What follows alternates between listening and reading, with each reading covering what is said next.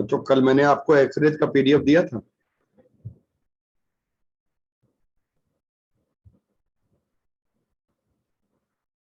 बच्चों कल एक्सरे का पीडीएफ दिया था। No sir. दिया था।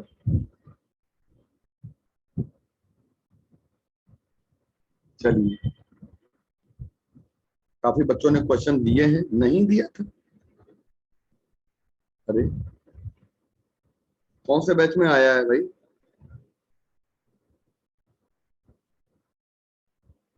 इसने यहाँ कौन से बैच में आया?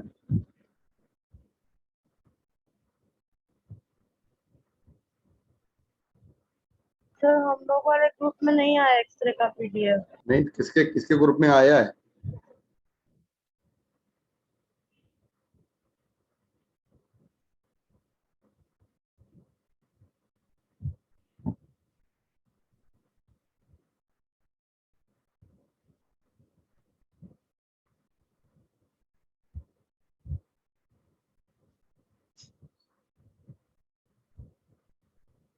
एक बच्चे ने इतना बढ़िया स्टेटस डाला है,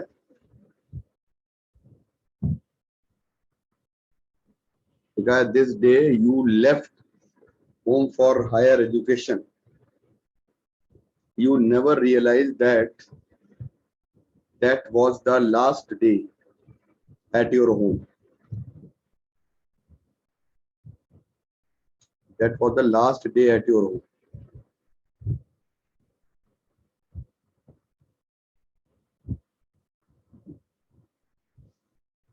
No matter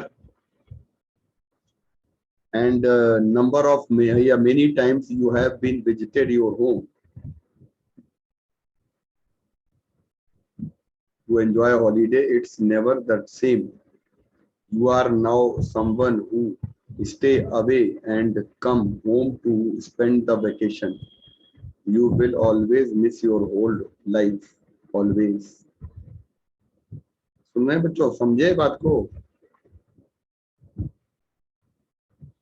अरे बच्चे समझे कि नहीं समझे? सारे बच्चे जैसे आप हायर एजुकेशन में जाएंगे, आप सभी लोग, आज आप लोगों की क्लास की टाइमिंग बदल गई है।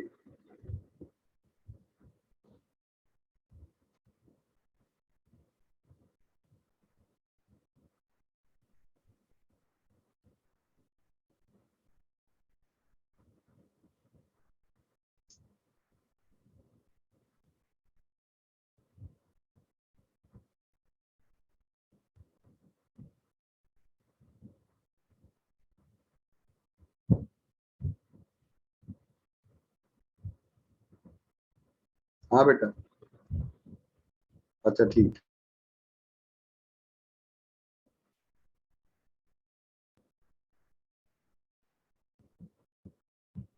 तो बच्चों टाइमिंग बदल गई है और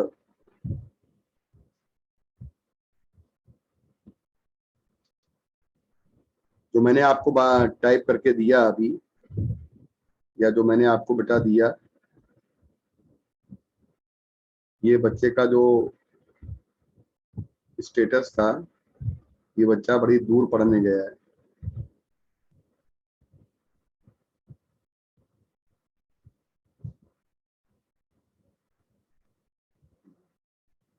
कहाँ सर? नहीं, रशिया पढ़ने गया है। आज डेट बताओ कितनी बेटा? 18 में। 18 है? Yes sir. अच्छा, ये रशिया पढ़ने गया है।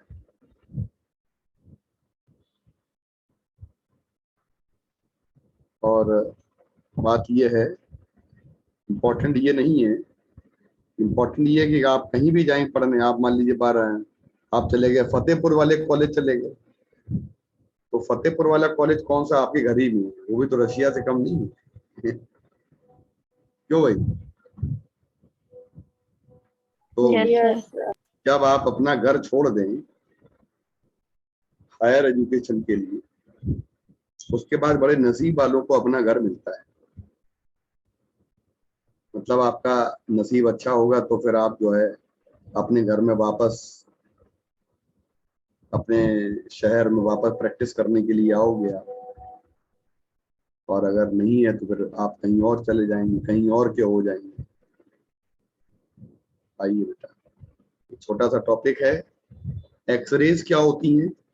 पहली बात तो एक्सरेज होती हैं आपकी जिनकी वेवलेंथ होती है एंगल 1 एंगस्ट्रॉम के ऑर्डर में, और जिनकी एनर्जी होती है 12375 अपॉन 1 कर देंगे तो 12375 इलेक्ट्रॉन वोल्ट आएगी, या 112.375 किलो इलेक्ट्रॉन वोल्ट हो जाए। पहली बात तो ये हो जाएगी, ठीक है।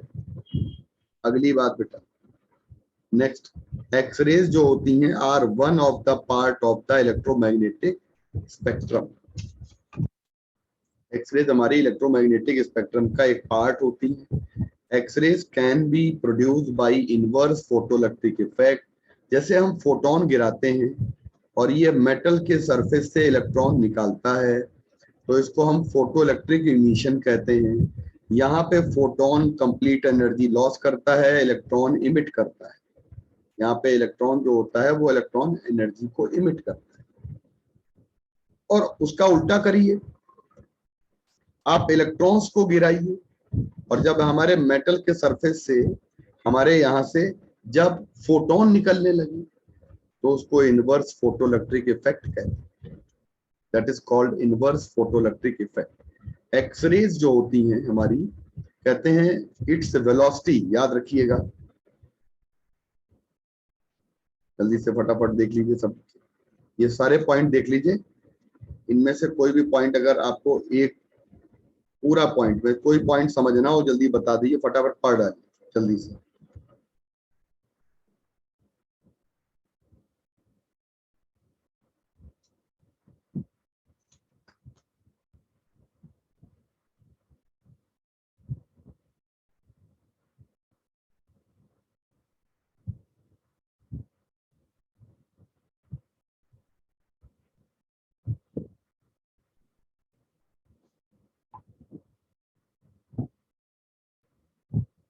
कोई पॉइंट आपको पूछना हो आप पूछ सकते हैं। तो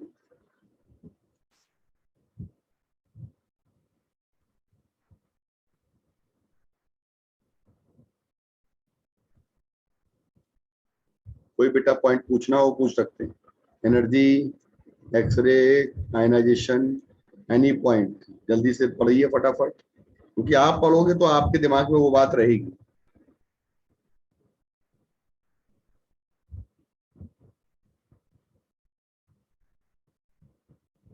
देखो नीचे दिया है कूलिज ट्यूब से एक्सरे बनती है। अब ये कूलिज ट्यूब का प्रोसेस हमारे सिलेबस में नहीं है, एनसीईआरटी में नहीं है, इसलिए हम कूलिज ट्यूब वाला पार्ट नहीं बता।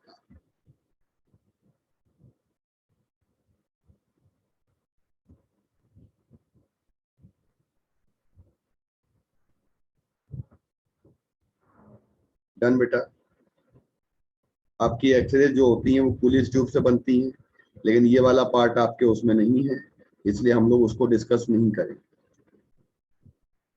बेटा आप बताइए, सारी बातें हो गई? यस बेटा, जल्दी से आ जाइए। टारगेट मटेरियल, और ये पूरा का पूरा एक छोटा सा प्रोसेस है, ये आपको कूलिज ट्यूब का मेथड में जो हल्का सा पॉइंट है ये चीज मैं आपको बताने जा रहा हूँ। एक्सरेज पहली बात तो पुअर रिफ्लेक्टिंग होती हैं, इनको कभी राडार में इस्तेमाल नहीं करते। अब जरा देखिएगा एक्सरे का प्रोडक्शन और एक कूलिज ट्यूब, ये मेथड जो दिया है ना, यहाँ पे हम लोग क्या करते हैं, इलेक्ट्रॉन की बीम बनाते हैं बेटा।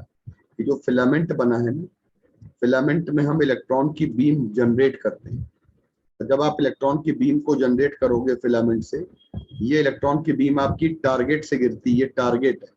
और टारगेट में हम कोई भी मेटल यानी कि कोई भी मटेरियल हम लोग ले लेंगे, वो मटेरियल हमारा मॉलिब्डेनम होगा, टंगस्टन होगा।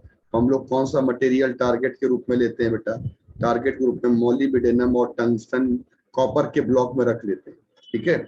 और जब आपका इलेक्ट्रॉन यहाँ से गिरेगा और यहाँ पे इलेक्ट्रॉन आपका काइनेटिक एनर्जी लॉस करेगा, तभी यहाँ से आपको फोटोन देगा। तो टारगेट में पहली बात तो कॉपर का जो ब्लॉक लिया गया है, ये इस वजह से लिया गया है कि बहुत सारी एनर्जी हमारी वेस्ट होती है। किसके फॉर्म में वेस्ट होती है? हमारी बहुत सारी एनर्जी वेस्ट होती है बेटा आपकी हीट के फॉर्म में। और करीब करीब 1% से कम हमारा पार्ट जो होता है वो एक्सरे में कन्वर्ट होता है। ये यहाँ पर इन्होंने लाइन लिखी हुई है, मैं तो 1% से कम वाला पार्ट यहाँ पे एक्सरे में बता रहा हूँ, ठीक है। और इसी के बाद यहाँ पे ओरिजिन ऑफ एक्सरे क्या है, क्या रीजन है, एक्सरे का निकलने का कारण क्या है।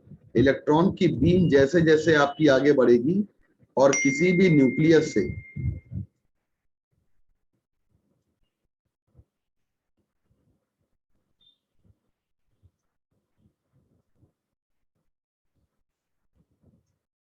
कभी न्यूक्लियस की बात करेंगे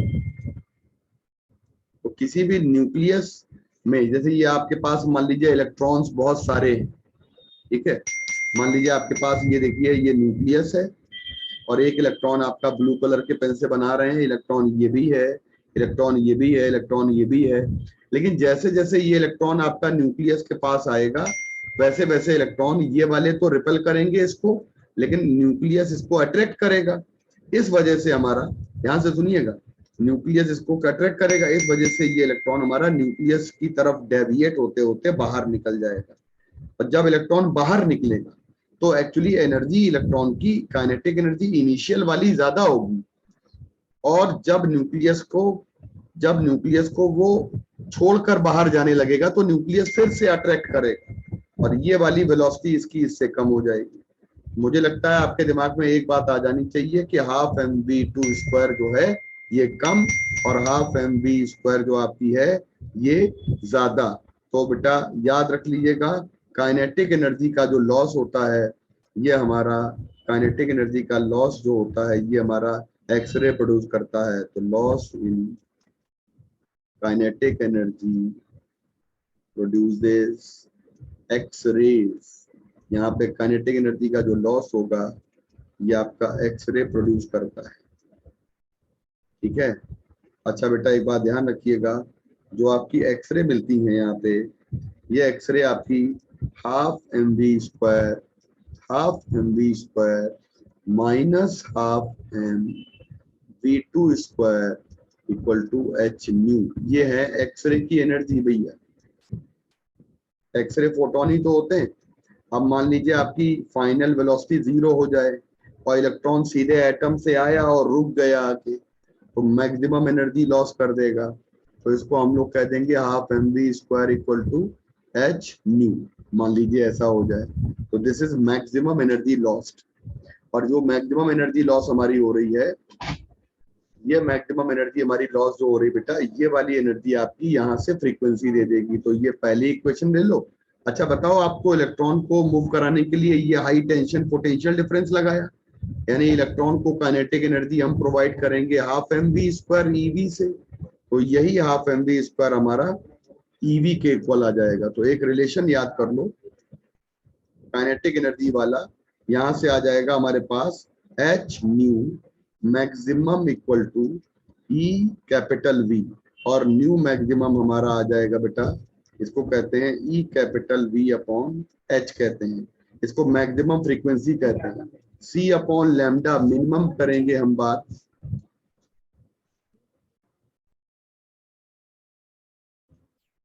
तो C अपॉन लैम्डा इसकी जगह लिखेंगे तो ये आ जाएगा EV बाई H आएगा, और बेटा लैम्डा मिनिमम जो हो जाएगा हमारा that will be HC by EV।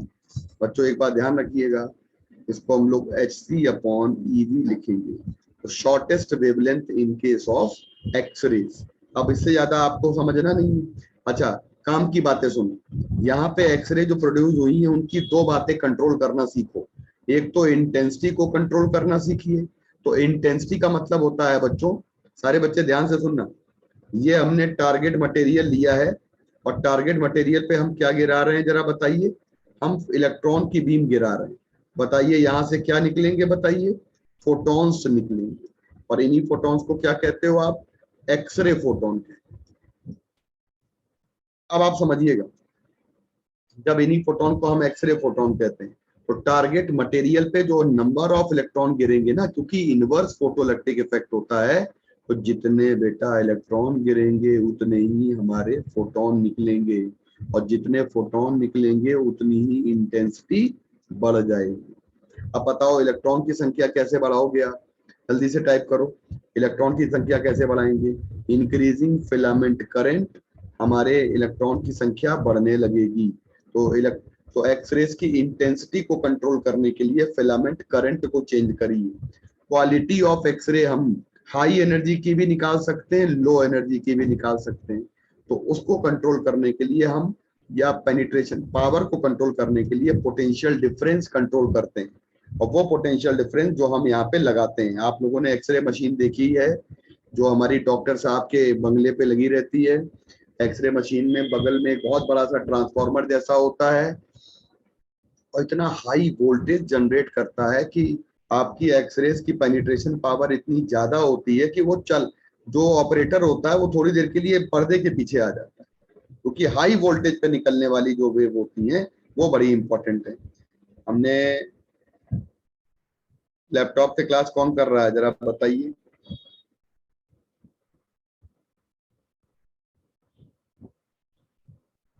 या चलो ठीक है,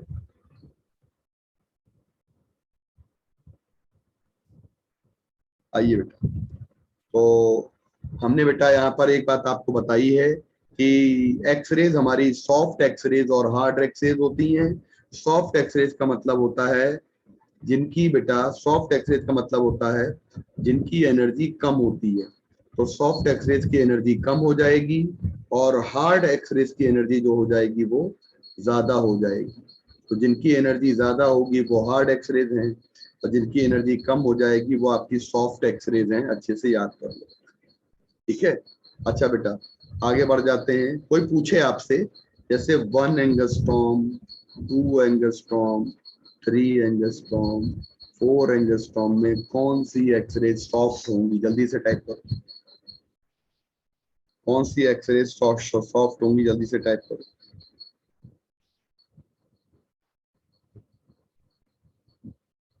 कौन सी बाबू एक्सरे सॉफ्ट हो जाएंगी? जल्दी से टाइप करो। सॉफ्ट एक्सरेज आपकी हो जाएंगी, ऑप्शन कौन सा होगा जिसकी वेवलेंथ सबसे ज्यादा होगी? वो वाली आपकी जो होती है वो आपकी सॉफ्ट एक्सरेज होती है। जिसकी वेवलेंथ सबसे कम होती है वो वेवलेंथ आपकी हार्ड एक्सरेज होती है। तो जिसकी वेवलेंथ सबसे कम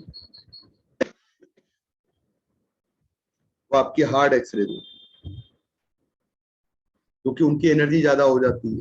अब बेटा आ जाइए, हम लोग यहाँ पे आ जाते हैं।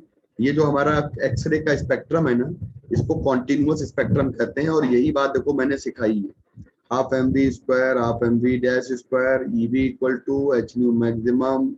और ये बात मैंने सारी की सारी आप लोगों को सिखा दी। और मैंने कहा कि लैम्डा मिनिमम में अगर हम वैल्यू पुट करें तो ये शॉर्टकट फॉर्मूला हो गया। ये सारी बातें मैं आपको सिखा चुका हूँ।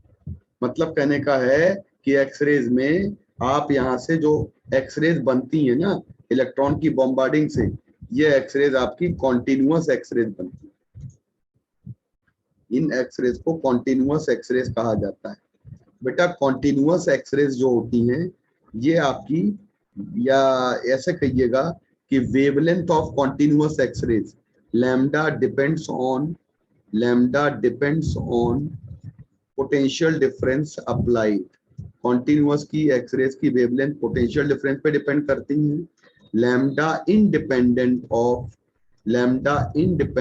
Of nature of target, target के नेचर पर, नेचर ऑफ टारगेट मटेरियल के नेचर पे डिपेंड नहीं करती। अगली बेटा बात आ जाइएगा, हार्ड एक्सरेज जो होती हैं, मैंने सारी बातें हार्ड के बारे में बता दी। Most penetrating, more energy, less wavelength, less penetration power, less frequency and more wavelength, right बेटा? और बेटा नीचे दिया जाएगा, अगर प्रोडक्शन हमारा एक्सरेज का जब भी किया जाएगा तो रिवर्स फोटोइलेक्ट्रिक इफेक्ट का फिनोमेना किया जाएगा। एक कॉन्सेप्ट आता है कि एक्सरेज क्या मीडियम में एब्जॉर्ब हो जाती हैं? सीखो सीखो बेटा। अगर आई नॉट एक्सरे की इंसिडेंट की इंटेंसिटी है, जो हमारी इंसिडेंट एक्सरेज गिरती हैं उसकी इंटेंसिटी है आई नॉट, और जो इसके अंदर मीडियम के अंदर, ये मीडियम है, और जो मीडियम के अंदर एक्सरेज हमारी रुक जाती हैं वो होती हैं आई नॉट माइनस आई, तो इसके अंदर जो रुक जाती हैं वो आई नॉट माइनस आई, और जो बाहर निकल जाती हैं ये एमर्जेंट एक्सरे की इंटेंसिटी है। तो लर्न करिएगा, बाहर निकलने वाली इंटेंसिटी वो हमारी इंसिडेंट एक्सरेज की इंटेंसिटी से कुछ क्या हो जाएगी मेरे प्यारे बच्चों, कुछ कम हो जाएगी। इसका मतलब एक्सपोनेंशियली डिके करती है, तो ये हमारा एक्सपोनेंशियल डिके हो जाता है। तो थिकनेस के साथ साथ एक्सपोनेंशियली डिके, राइट। इसका जब हम बात करेंगे तो हमारा एक्सपोनेंशियल डिके हो जाता है, हमारी थिकनेस जो है वो हमारी जैसे जैसे बढ़ाते जाओगे वैसे वैसे हमारी एक्सरेज की जो इंटेंसिटी बचती है वो थिकनेस के साथ साथ हमारा जब ग्राफ दिया जाएगा तो वो ग्राफ हमारा एक्सपोनेंशियल डिके का ग्राफ, ये ग्राफ।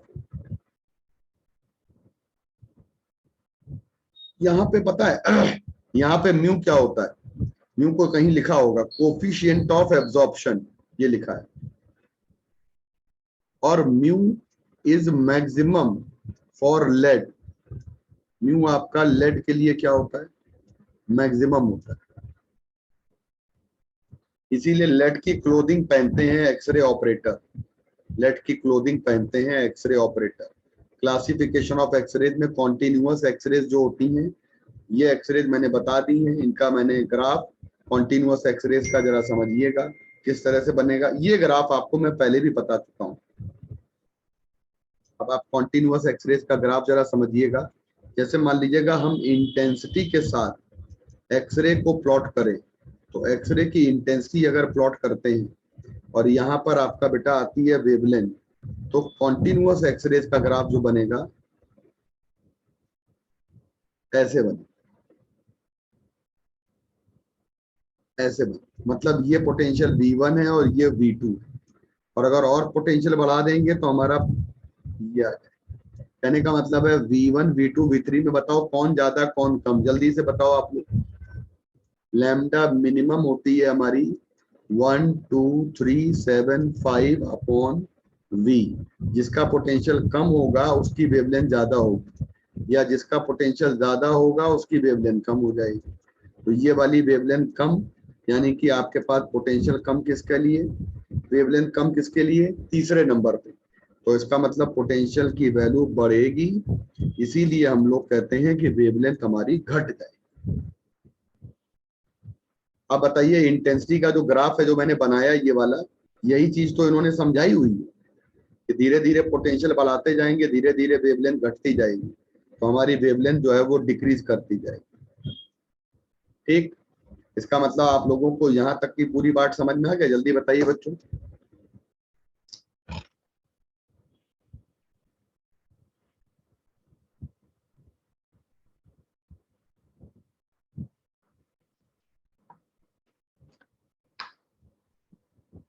एक्सरेज में एक बड़ी इंपॉर्टेंट बात आती है कि अगर हमारा एक 2019 में सवाल आया था कि 15 किलो इलेक्ट्रॉन वोल्ट एनर्जी किसकी होती है, तो 15 किलो इलेक्ट्रॉन वोल्ट एनर्जी जो होती है वो हमारी एक्सरेज की होती है। 15 kilo electron volt energy X rays की होती है, क्योंकि एनर्जी का ऑर्डर एक्सरेज है। कैरेक्टरिस्टिक स्पेक्ट्रम कैसे मिलेंगी एक्सरेज में, ये समझिए, समझने का प्रयास करिए आप लोग। नीचे डायग्राम हम दूसरा बना दे रहे हैं, ये हमारा न्यूक्लियस है बेटा, ये फर्स्ट ऑर्बिट है,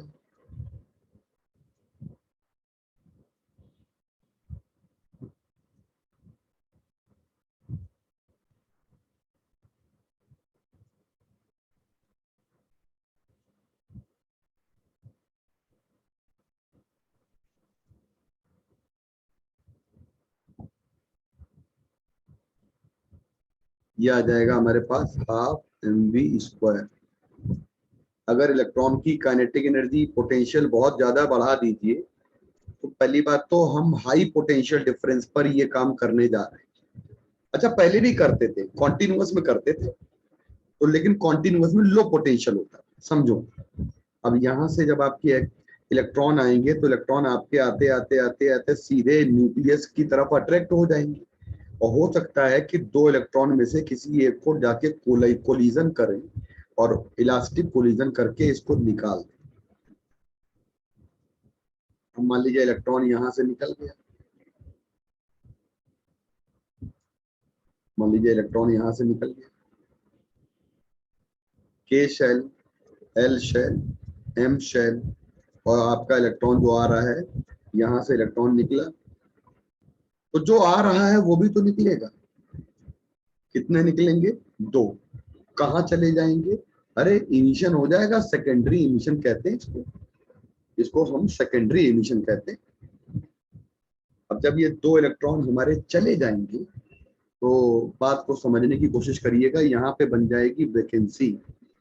जब यहाँ पे वैकेंसी बन जाएगी तो हमारी वैकेंसी का मतलब हो गया कि ये वाले आपके एल के और एम के इलेक्ट्रॉन होंगे वो हमारे जंप करेंगे, क्योंकि हमें 2n² के हिसाब से के शेल में 2 इलेक्ट्रॉन चाहिए। तो जंपिंग शुरू जब हो जाएगी, तो जब जंपिंग हमारी एल से के में होती है और जब जंपिंग हमारी मान लो एम से के में हो जाए, और या तो जंपिंग हमारी एन से के में हो जाए, तो सर क्या कोई भी संभावना है? यस, कोई भी पॉसिबिलिटी हो सकती है। ऐसा क्यों?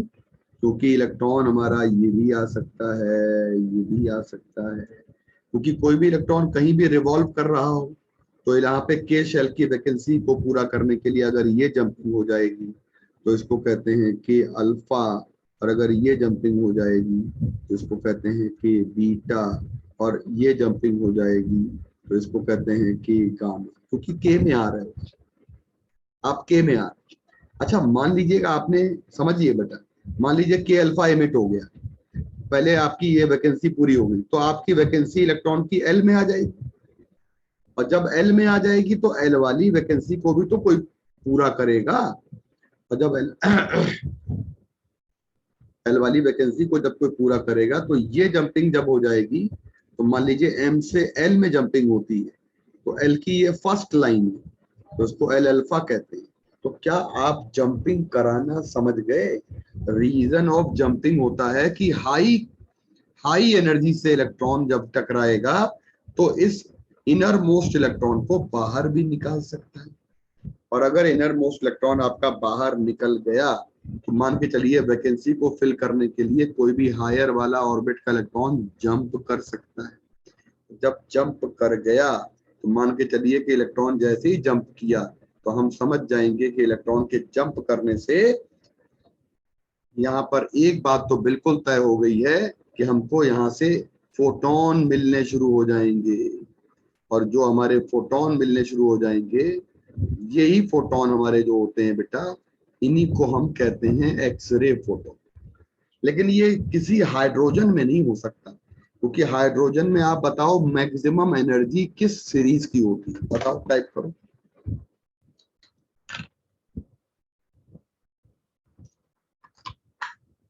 जल्दी बोलिए बेटा, हाइड्रोजन में मैक्सिमम एनर्जी किस सीरीज की होती है?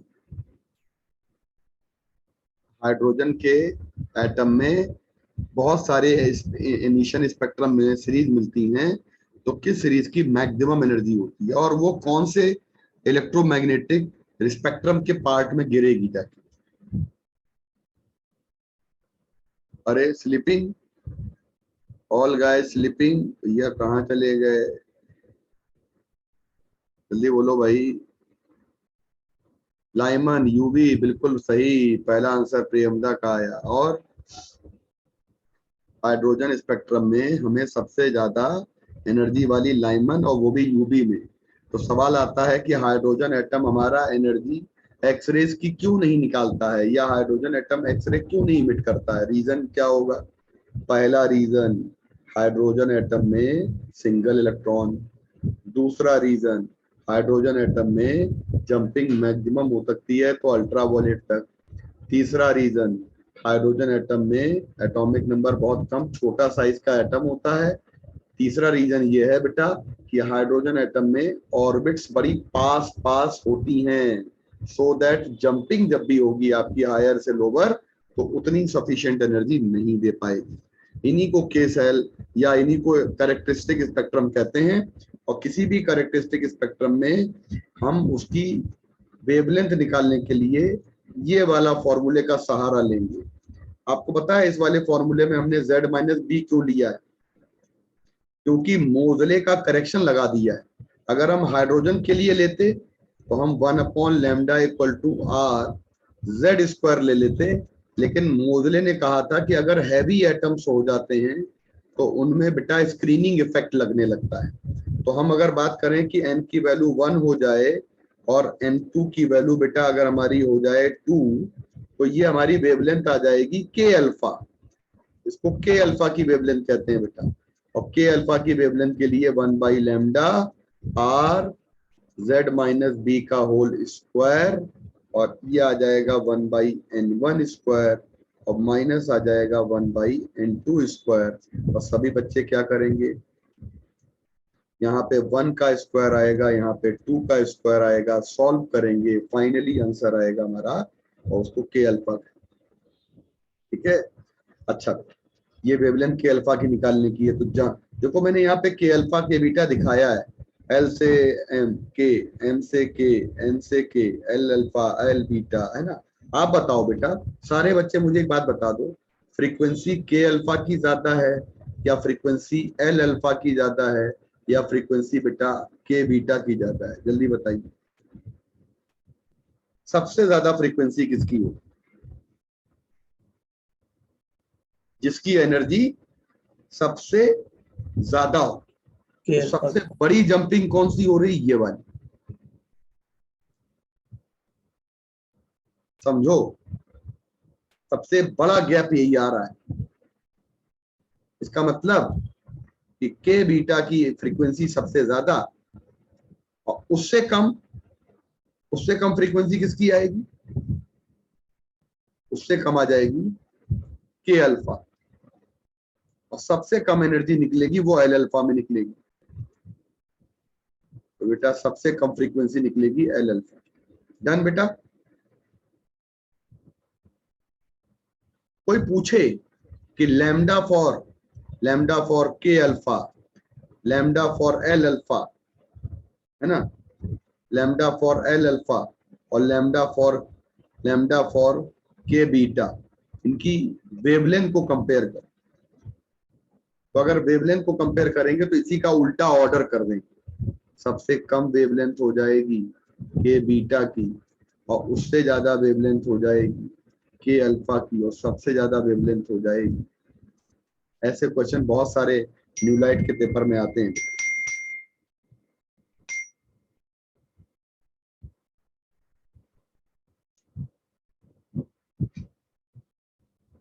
डन बच्चों।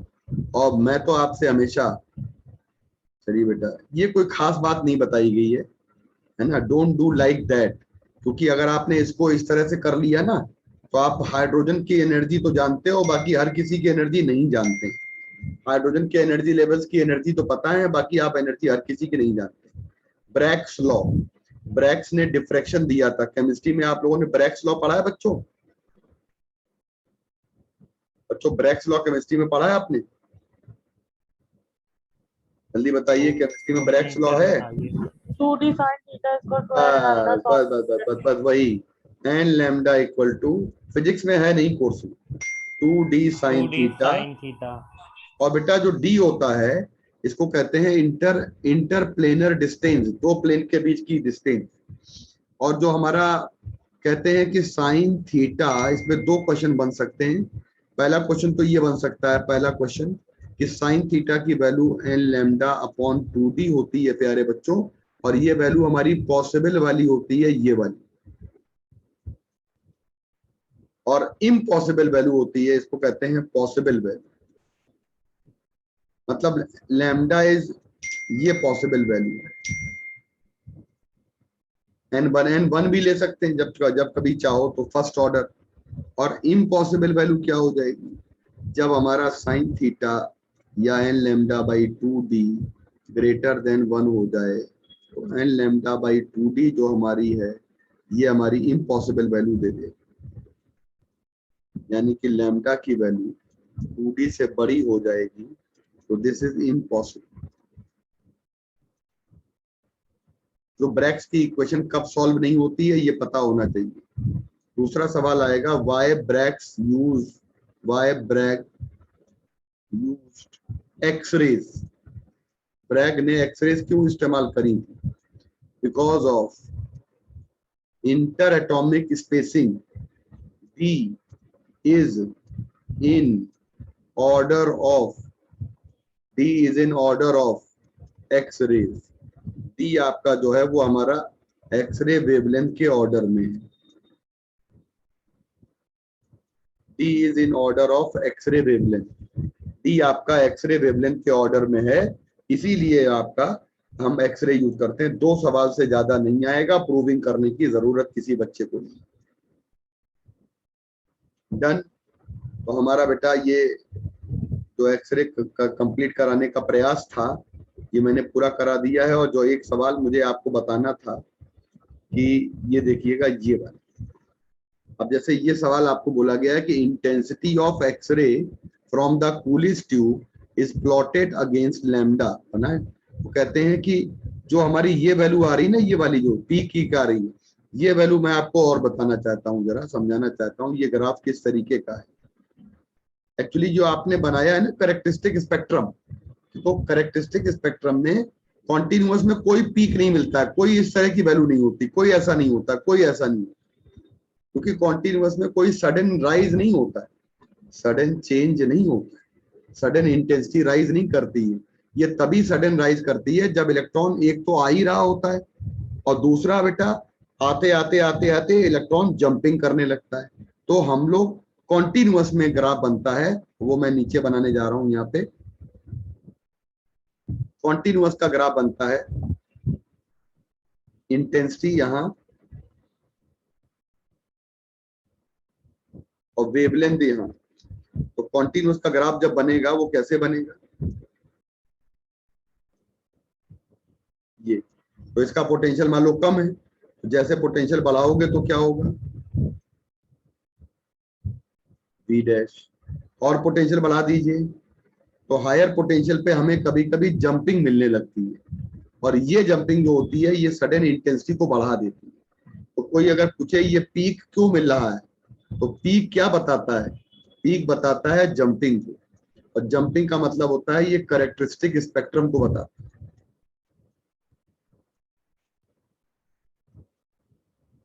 पीक आपका कैरेक्टरिस्टिक स्पेक्ट्रम को एक्सप्लेन करता है, कैरेक्टरिस्टिक स्पेक्ट्रम यहाँ पे एक्सप्लेन होता है, पीक जो मिलते हैं।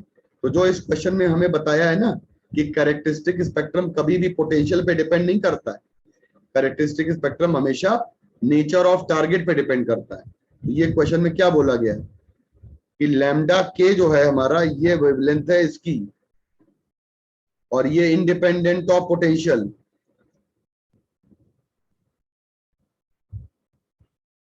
इंडिपेंडेंट ऑफ पोटेंशियल, और बेटा मिनिमम वेवलेंथ हमारी जो है वो हमारी लैम्डा सी है, और लैम्डा सी हमारी जो होती है वो पोटेंशियल पे डिपेंड करती है,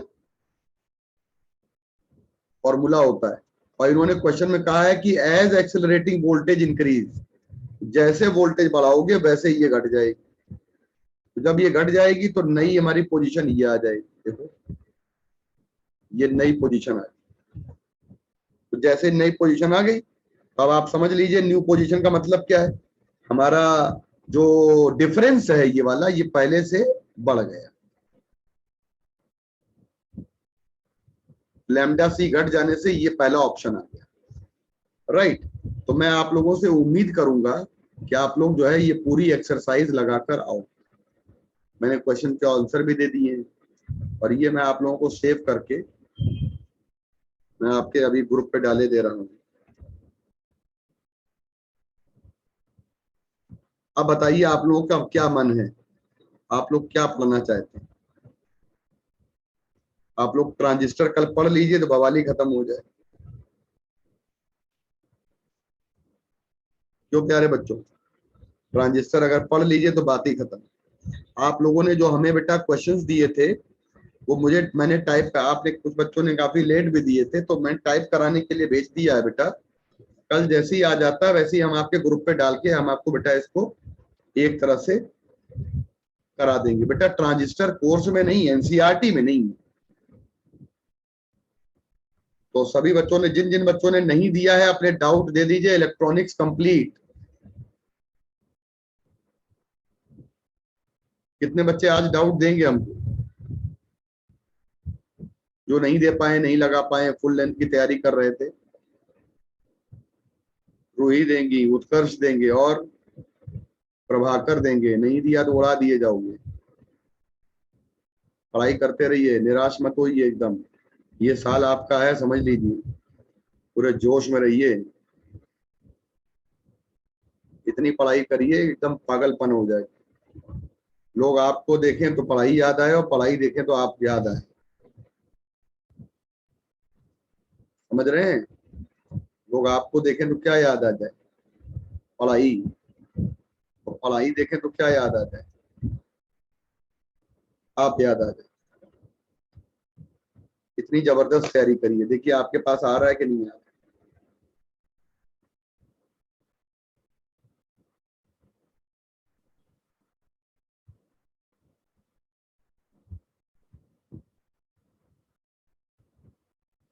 ऑनलाइन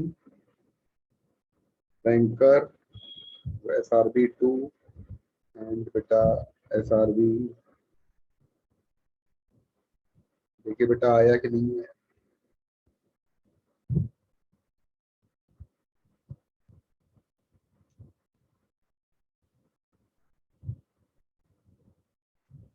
प्यारे बच्चों आ गया।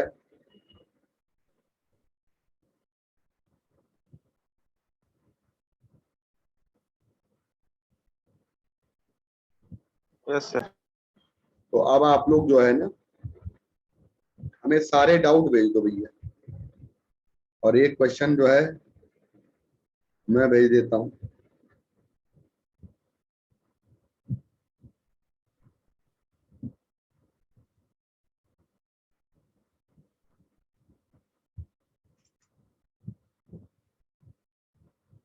ठीक है बच्चों, तो हम लोग बेटा क्लासेस रोज लेकर धीरे धीरे धीरे धीरे सारी चीजें कवर अप कर रहे हैं। तो कल हम लोग बेटा खत्म कर लेंगे। कल आप लोग दे दोगे?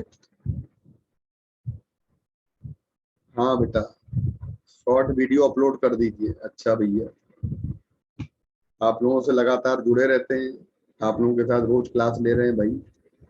बच्चों एक तो मैं आपसे केवल ये कहूंगा कि आपके 58 दिन का समय रह गया, 58 डेज। अब इस 58 डेज का बेहतर यूज करिए।